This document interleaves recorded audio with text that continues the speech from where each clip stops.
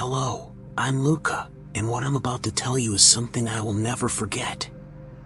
It was just another evening in our small village, but what we discovered in that old abandoned house changed everything. This is not just a tale of fear and mystery, but also a testament to how darkness can lurk in the most unexpected corners. It was a cool autumn evening, the air filled with the distinct scent of damp leaves and earth. We were all sitting in a circle in our usual spot at the park, me, Marta, Simone, Elisa, and Davide. It was the only place where we truly felt free to be ourselves, away from the curious gazes of adults. I think we should do something different tonight, I suggested, looking at the group. Something really exciting.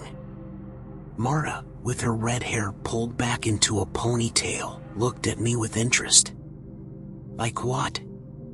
Do you have any ideas? What if we explore that old house everyone talks about? The one beyond the grove, you know? I said, feeling a thrill of excitement. Simone raised an eyebrow. The old miller's house? The one they say is haunted? Yes, exactly. They say there have been strange rituals there, that it's a cursed place. Doesn't that pique your curiosity? I asked, trying to read their faces. Elisa bit her lip, clearly torn between curiosity and fear. I don't know, guys. What if it's really dangerous? Davide, the most rational among us, shook his head.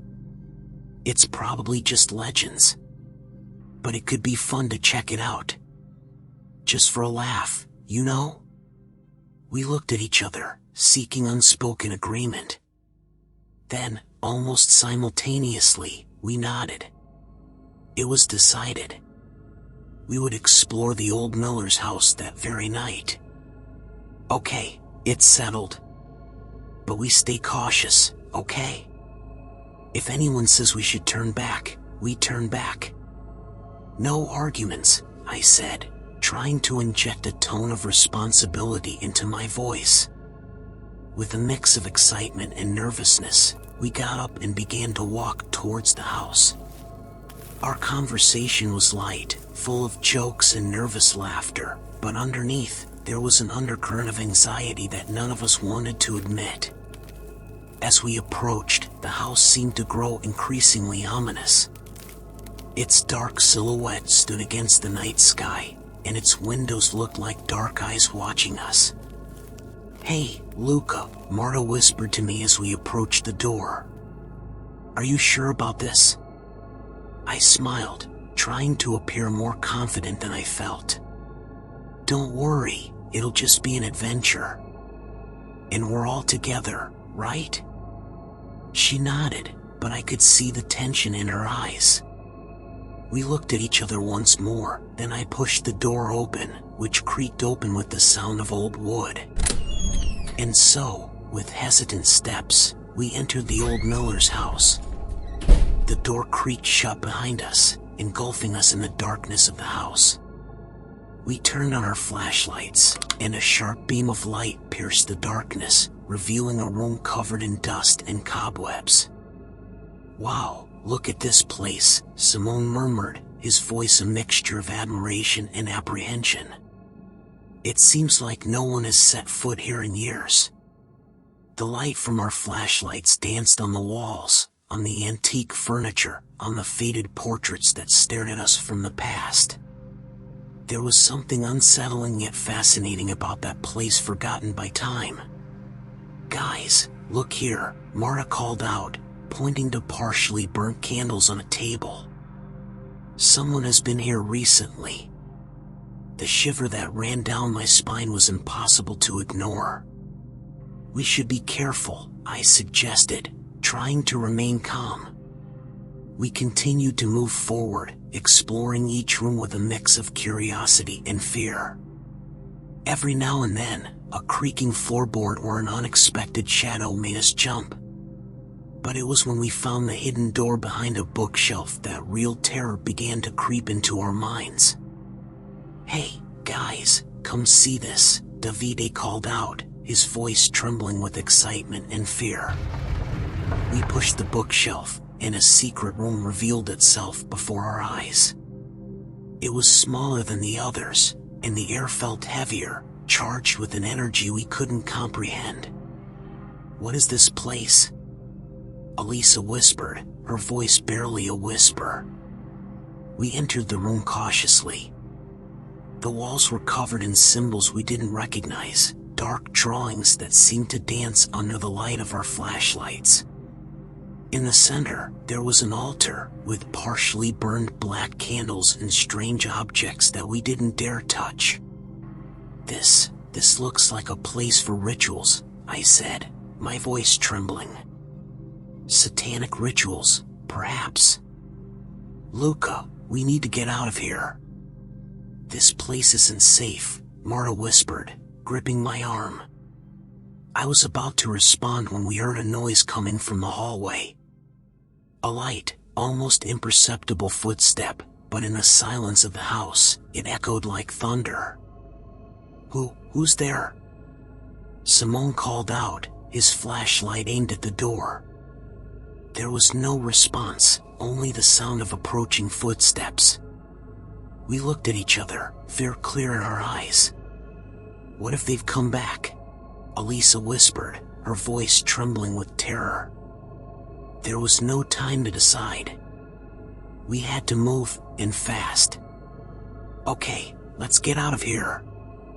Now," I said, my heart pounding so hard it hurt. Turning around, we ran toward the exit of the secret room, ready to face the unknown that awaited us outside.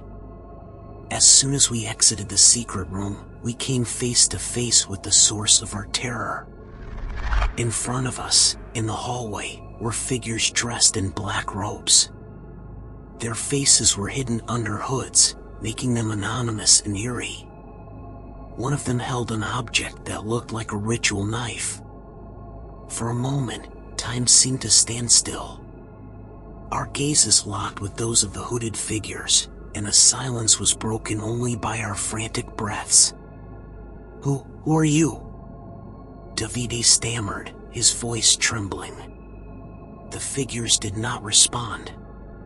They simply moved slowly toward us, in a menacing and silent advance. Panic seized us. "We need to run, now!" I yelled, pushing the others toward the escape route. We started to run, zigzagging through dark corridors and dusty rooms. I could hear the footsteps of the figures following us, steady and relentless. My heart was racing, every breath was a struggle. "This way," Marta shouted, pointing to an old service staircase leading to the lower floor. We rushed down the stairs, stumbling, driven by adrenaline and fear. At the bottom, we found ourselves in a dark hallway, with several doors on both sides. "Which one do we take?" Simone asked, his voice muffled by fear.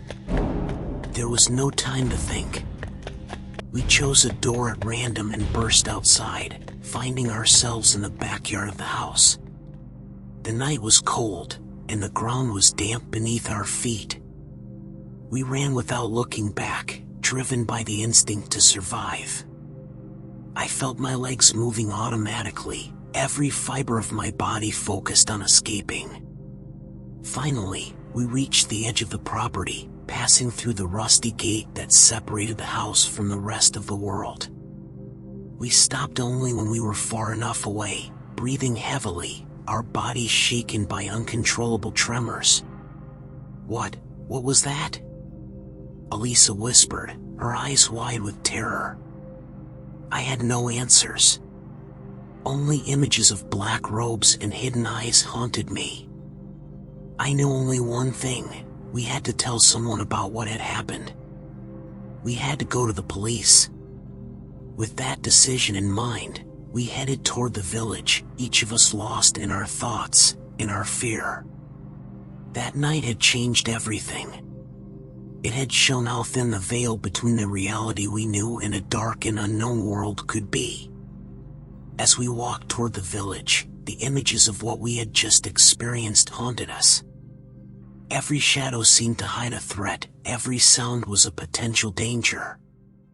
We were shaken, scared, and still in disbelief of what we had seen. "We can't tell anyone about this," Davide said, his voice low. "Who will believe us? They'll say we dreamed it or made it up." "No, we have to talk about it," I insisted. "What we saw, it's not normal. We have to warn someone." "Luca's right," Marta added. "We can't just pretend like nothing happened." When we arrived in the village, we headed straight to the police station. The station was a small brick building, with a dim light emanating from the office window. We knocked on the door, and after a moment, an officer let us in. We told them everything, in great detail. The black robes, the ritual, our escape. The officer listened with an increasingly incredulous expression. "So, do you believe us?" Elisa asked, her voice trembling. The officer sighed, looking at each of us in turn. "Listen, kids, I understand that you might be scared, but these stories, they're hard to believe. Nevertheless, we'll check out the Miller's old house tomorrow morning." We left the police station feeling frustrated and powerless. The night was still young, but for us, it felt like it had lasted an eternity. "What do we do now?" Simone asked, staring into space. "I don't know," I replied. "But one thing's for sure, I'll never go back to that house." The walk home was silent. Each of us was lost in our thoughts, in our fear. We had brushed against something incomprehensible, something that would forever change the way we looked at our quiet village. The following morning, news that the police would investigate the old Miller's house quickly spread through the village. Curiosity and fear mingled in the whispers of the residents. We, the group that had experienced the horror the night before, felt strangely detached from it all, as if we had crossed an invisible boundary that separated us from the rest of the world. "I think I'm going to see what they find," Marta said, meeting us near the park where it all began. "Are you sure?" Elisa asked. "After what happened?" "I have to know," Marta replied. "I have to know if it was real or if we imagine it all." Together, we headed toward the old house. The police had already started to explore it. They saw our faces in the crowd and called us aside. "We've checked every inch of the house," the officer who had taken our report the night before told us. "There's no trace of black robes, rituals, or satanic symbols. Nothing. It's just an old abandoned house." Our group fell silent, trying to process those words. "But we saw." Simone began, but his voice trailed off. "I understand it might have been scary, but sometimes the mind plays tricks, especially in places so steeped in stories like this house," the officer continued. We walked away from the house, feeling even more confused and lost than before. Was it possible that we had imagined everything? That our fear had created those visions? The following days passed in a sort of fog. We spoke little of the incident, as if mentioning it might make it real again. The old Miller's house returned to being just an abandoned building, but it would never be the same for us. That night had changed something in each of us. It had opened a door to a world we couldn't understand, a world that perhaps was better left closed. Now, when I pass by that house, I can't help but look at the dark windows and wonder what truly lies behind them. Reality is a fragile thing, and sometimes, beneath the surface of what we know, there are truths we are not ready to face. This is my story, the story of a night that revealed the darkness hidden behind the old walls of an abandoned house. A night we will never forget. And now, To those of you who have listened to this story, I ask, have you ever experienced something similar? Have you ever had moments when reality seemed to slip through your fingers, revealing something entirely different? If you enjoyed this tale and want to hear more like it, don't forget to subscribe to the channel. Share your stories in the comments and join us on this journey through mysteries and shadows of reality. Until the next story, remember to keep your eyes open and your mind ready to doubt what you think you know. Because sometimes, the truth is stranger and more unsettling than any story we can tell.